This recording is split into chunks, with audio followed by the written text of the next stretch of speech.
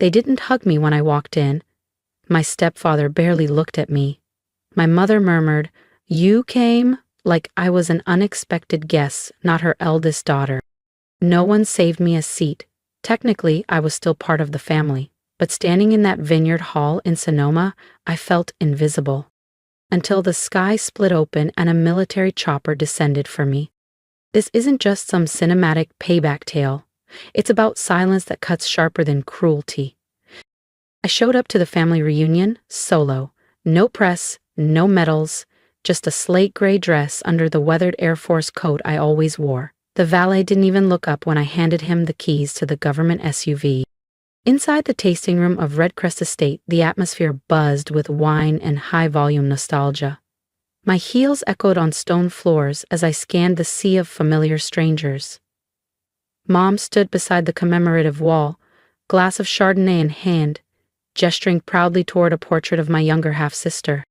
My stepfather stood beside her, grinning wide. The caption under the canvas read, "Maya Hargrove, entrepreneur, Forbes 30 under 30, 2020. No sign of me. Not even a childhood photo.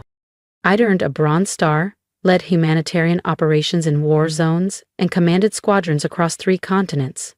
But you'd think I'd vanished after high school. I approached slowly. Mom saw me, and her face shifted. "Oh," she said, as if I'd just interrupted something curated. "You came." My stepfather turned.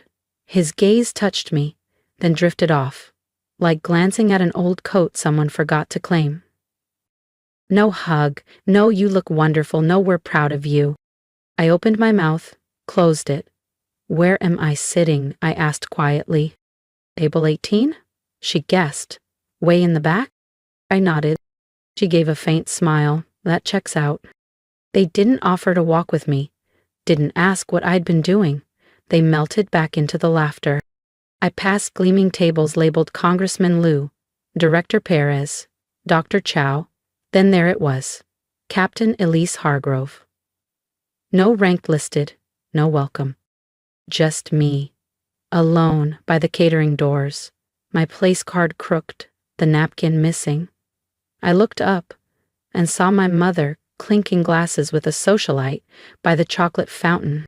Her voice floated across the vineyard hall. She was always the quiet one, Mom said, never cared for attention or ambition. Someone nearby chuckled. Didn't she join the military or something? Mom sipped her wine. Something like that? We don't really keep in touch.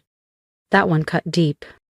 Not because it wasn't technically true, but because it was said like I deserved it. They hadn't just forgotten me.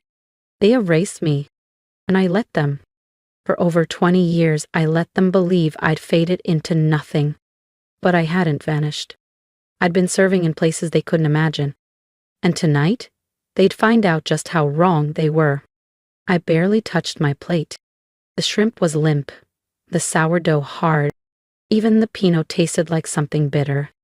I was folding my napkin for the 3rd time when Melissa Jung, an old classmate turned city councilwoman, appeared beside me. She held her phone, wearing that tight smile people wear before dropping a truth bomb. "I thought you should see this," she said, tapping the screen. An old email lit up, dated 16 years ago. Subject, removal request, Elise Hargrove. It was addressed to the Napa High Alumni Board, sent from my stepfather's business account. Body: given Elise's choice to abandon her academic track for unconventional service work, we feel her inclusion on the honor roll may misrepresent our family's values. Kindly remove her from future features. My breath stalled. Not just from the words, but from the weaponized courtesy. That unconventional service was 4 combat tours and classified operations across 3 continents. But to them, it was shame. An inconvenience to their curated identity. Melissa hesitated. "There's more." She swiped again. Another message, this time to the Defense Recognition Panel.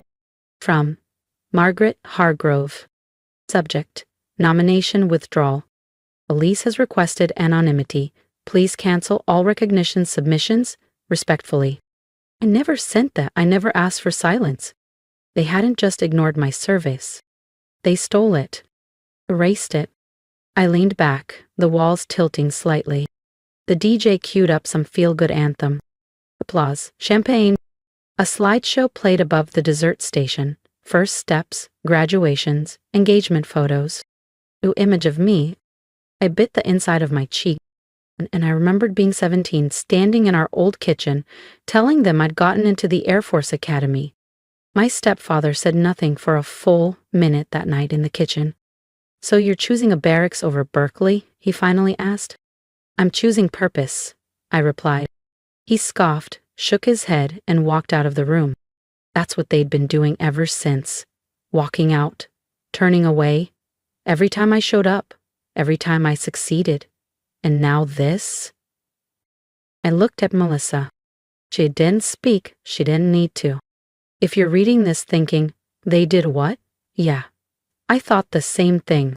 It's funny how betrayal doesn't always come with shouting. Sometimes it just shows up in an email and quietly deletes you. I wasn't angry. Not yet. That came later. Right then, all I felt was that hollow, echoing ache that murmurs, "You were never really theirs." And for the first time in decades, I started to believe it. Dinner had barely started when the first toast came. The MC, an old drama kid turned real estate broker, grabbed the mic and raised a glass. "To the brightest stars of 2001, he grinned. "Some of us climbed ladders. Some changed industries. Anyone here secretly become a general?" The crowd laughed, light and casual, just sharp enough to cut. Up near the front, my stepfather leaned back in his seat, not looking my way. "If Elise is a general," he called out loud enough to carry, "then I'm a supermodel." The room chuckled. Someone at his table added, "Didn't she do basic training for a semester, or was it some high school ROTC thing?" My mother, elegant in a burgundy shawl, sipped her Sauvignon Blanc and added coolly, She always did love theatrics. Probably still stuck peeling potatoes somewhere on base." That one landed. The whole table erupted. Even the DJ let out a laugh. And I, Captain Elise Hargrove, sat silent at table 18 by the catering station, surrounded by people who once borrowed my calculus notes and voted me class president. Not a single one turned to correct the record. No one said, "Actually, she commands operations you'll never hear about." Not even Melissa. She glanced my way from 2 tables over, but quickly looked down. The room kept laughing, and I sat still, back straight, hands folded, expression neutral, because that's what I was trained to do, hold for me. Even when the detonation isn't from enemy fire, but from your own family's jokes. Then the slideshow rolled. Prom, graduation, college dorms. No Elise, no rank, no trace. If you've ever felt unseen by the people who should have known you best, stay with me. Subscribe to the channel so you don't miss what happened when the uniform finally spoke louder than their silence. When my name finally appeared in a group photo from Model UN, someone behind me muttered, "Didn't she drop out after that?" I stared at the screen. My face was barely visible, back row, blurred by glare. I remembered that day clearly. I'd delivered the final speech. The standing ovation had been for me. But they zoomed in on Bryce Jennings, grinning awkwardly in a blazer 2 sizes too big. He hadn't even spoken. That was when it landed. I hadn't just been forgotten. I'd been erased. Not misplaced, not overlooked, rewritten. My parents had done it meticulously, with consistency, as if removing a blemish. And the worst part? It worked. No one in that hall knew who I really was, and none of them cared enough to ask. The night air felt sharper when I stepped onto the suite's balcony. Below, the reunion crowd gathered for cake. My mother clutched her flute of champagne, laughing. My stepfather leaned back, grinning. Bryce stood at the center of Ivy League suits and practiced smiles. From where I stood, it all looked like a movie I'd been carefully edited out of. But I didn't cry. I'd given that up long ago, traded tears for calm. The kind of quiet you build after being taught that their love has limits. That approval must be earned and sometimes still withheld. My phone buzzed once in my palm. Secure channel, Merlin status escalated. Threat level 3, requesting eyes. I stepped back into the suite and shut the balcony door. Drew the curtains. Kicked off my shoes. Then I pulled out the matte Drek case from under my hanging garment bag. Triple secretary protocol, fingerprint, retina, voice ID. The screen bloomed with soft light. The classified intel interface came alive, familiar, precise. Merlin wasn't just a simulation anymore. There'd been a breach. Global vectors. NATO compromise. And somewhere across the world, a cyber ops team was waiting on me. I sat on the edge of the bed, reached under the false panel of my suitcase. I unfolded my dress blues. Silver star, polished bars. I didn't put them on, not yet. I stared at them, at what I'd earned, at what had been hidden not by accident, but by choice, their choice. And finally, I realized, silence had once kept me safe, but now it felt like agreement. I stood, walked back to the glass, and watched the ballroom flicker below. Everyone in that ballroom looked so certain, so at ease in the story they'd written without me. But the truth? While they clinked glasses and toasted Ivy League resumes, I'd been commanding operations bigger than any spreadsheet in that room could hold. I was still the fulcrum, the unseen axis on which far more important things turned. Then my phone pinged again. Encrypted voice message. Colonel Ellison's voice, sharp and calm. Ma'am, requesting extraction window. Merlin escalation confirmed. Pentagon requests your presence in D.C. by 0600. I didn't hesitate. Confirmed, I replied. The world still needed me, even if my family never would. And in that instant something settled in my chest. Not peace, just clarity. They didn't need to know who I was, but they were about to find out. The jazz band had just switched to something upbeat when the MC returned to the mic. And now, he grinned, our final toast. Let's hear it for the proud parents of Bryce Jennings, Yale grad, venture capital rising star. Applause swelled. My mother lifted both arms like she was accepting a Lifetime Achievement Award. My stepfather raised his flute like a battlefield commander. And Bryce? That confident smile, the kind you learn when you've been the chosen one since birth. And of course, the MC added with a chuckle, a little shout out to the Jennings family's other child. Wherever she ended up, laughter rolled like loose gravel. That's when it started. A sound. Low, thunderous, unmistakable. The crystal chandeliers rattled. Napkins fluttered. The wineglasses trembled. Inside, the sky cracked open to the deep, rhythmic whomp of rotor blades. A matte Declan military helicopter descended over the lawn, stealth-painted, floodlights blazing. Air churned like a thunderclap. Guests rushed to the windows, phones raised, voices colliding in confused awe. My stepfather squinted toward the glass. What in the world? The double doors burst open, wind and rotor wash flooding the room. Two figures entered, uniforms sharp, boots precise. One was Colonel Ellison. He didn't pause, didn't glance at the senators or tech founders. He walked straight past every golden table and stopped 3 feet in front of me. Then he saluted. Lieutenant General Hargrove, ma'am, the Pentagon requires your immediate presence. The room stilled. Forks halted. Breath caught. And just like that, they finally saw me. Forks froze mid-air. My mother's smile slid from her face like soft wax under heat. My stepfather's wineglass tilted, red spilling silently onto his cuff. Lou, what? Someone whispered near the dessert table. Colonel Ellison didn't flinch. Ma'am, he said, voice calm. Intel confirms movement on Merlin, immediate extraction authorized. I nodded once. Across the room, the MC lowered his mic like it had suddenly grown heavy. The DJ didn't dare restart the music. Bryce sat slack-jawed, blinking like a computer frozen on a bad connection. And then came the moment I'll never forget.